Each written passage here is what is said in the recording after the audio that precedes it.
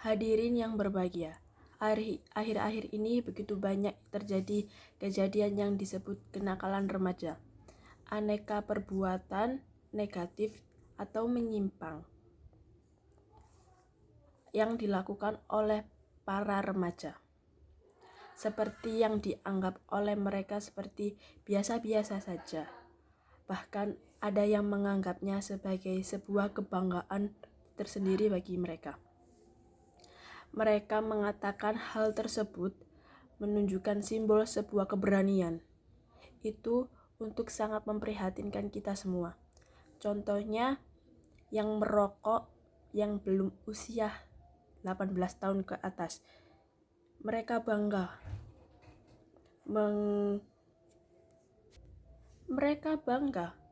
mereka menunjukkan rokokan di posting di sosial media. Mereka tidak pernah tahu apa dampak dari merokok itu.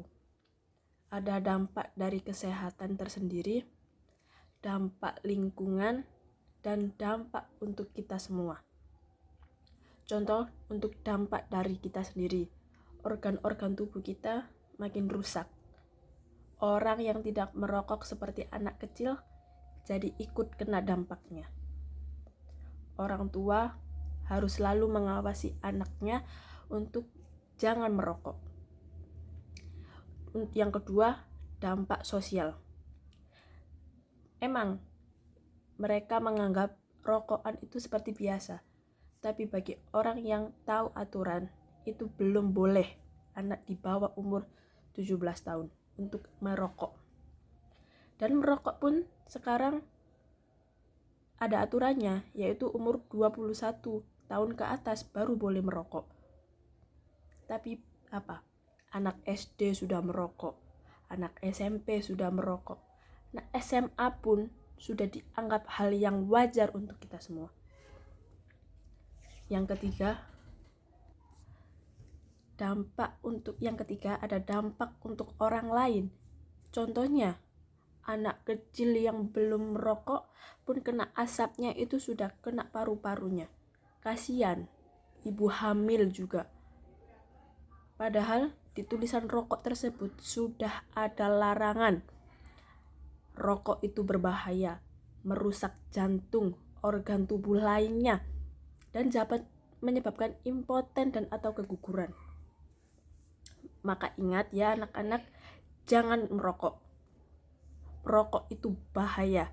Awalnya biasa-biasa saja, 1 batang, 2 batang sehari.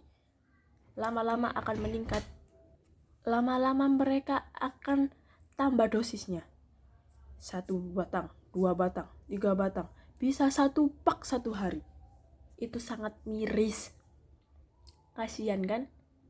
Makanya mulai sekarang kita awasi diri kita, ingatkan teman kita yang merokok. Jangan merokok.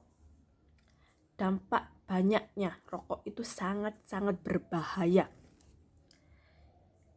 Yang ketiga apa? Dampak untuk anak kecil yang tidak merokok tadi sudah saya sebutkan. Jangan merokok di usia yang sangat belia. Meskipun nanti kalau Anda sudah merokok, itu pun harus tahu tempat. Ada disediakan oleh pemerintah tempat yang aturan merokok, tempat area smoking. Dan jangan sembarangan di tempat umum kalian merokok. Buang puntung rokok itu juga dapat menyebabkan sampah. Ingat, sekali lagi, melihat kejadian sering ditimbulkan di masyarakat, utamanya anak remaja. Untuk itu, pada kesempatan ini, saya akan menyampaikan suatu pidato dengan tema kenakalan remaja. Kenakalan remaja di era modern ini sudah melebihi ambang batas yang wajar, melebihi kapasitasnya.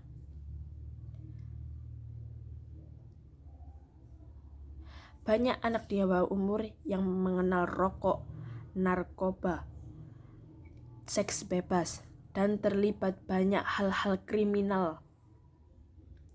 Yang kedua yaitu narkoba. Di sini ada yang narkoba? Tidak ada kan?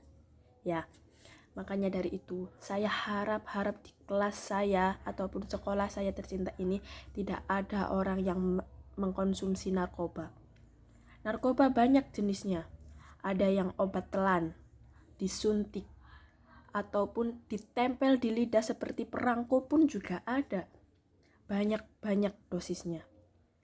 Anda tahu apa dampaknya dari narkoba itu?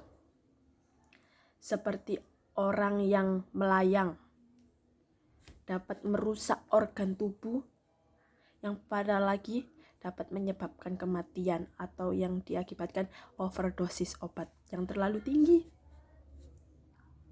Obat itu bisa dikonsumsi kalau batas wajar. Kalau melebihi, itu dapat membahayakan tubuh kita.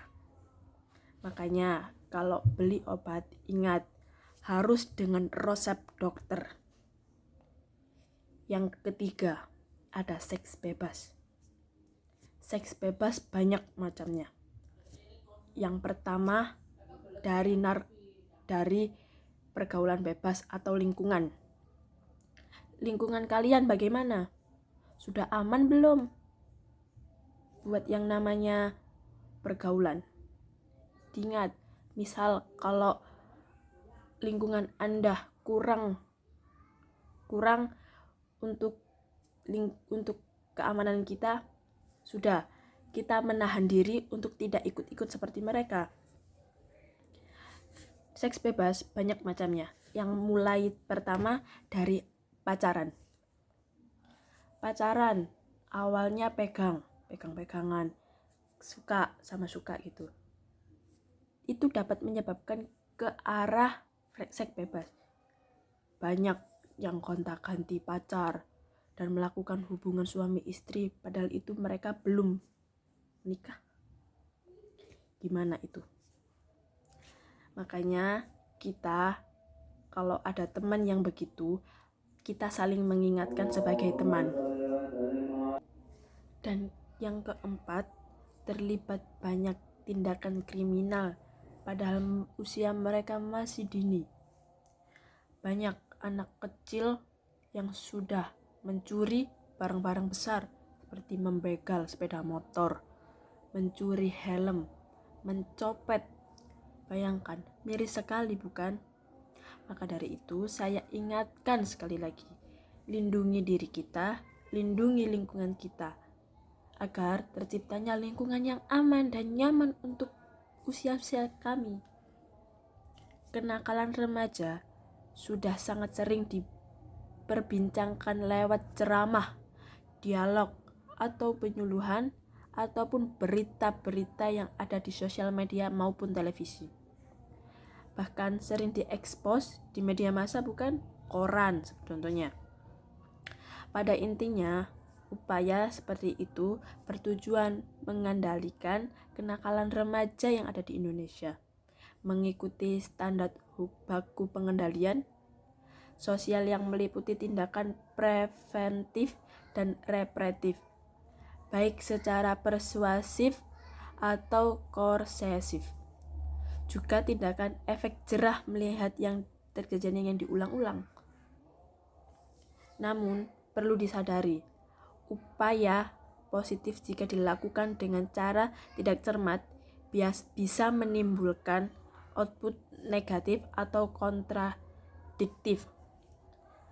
Pesan-pesan positif kadangkala direaksi menjadi negatif. Teman-teman saya yang saya cintai dan ibu guru yang saya hormati, kenakalan remaja sebenarnya terjadi bukanlah dengan sendirinya, tetapi terjadi karena suatu hal. Hal tersebut bisa dikarenakan karena adanya faktor-faktor yang menunjang akan perubahan perilaku di lingkungan remaja tersebut. Contohnya, kurang kasih sayang orang tua, lingkungan yang kurang baik, dan pergaulan yang sangat luas. Maka dari itu, saya mohon untuk teman-teman semua, kita menjaga diri kita dengan sebaik-baiknya. Boleh kita bergaul, asalkan tahu batas wajarnya. Sekian dari saya, kurang lebihnya mohon dimaafkan. Wassalamualaikum warahmatullahi warahmatullahi wabarakatuh. Terima kasih.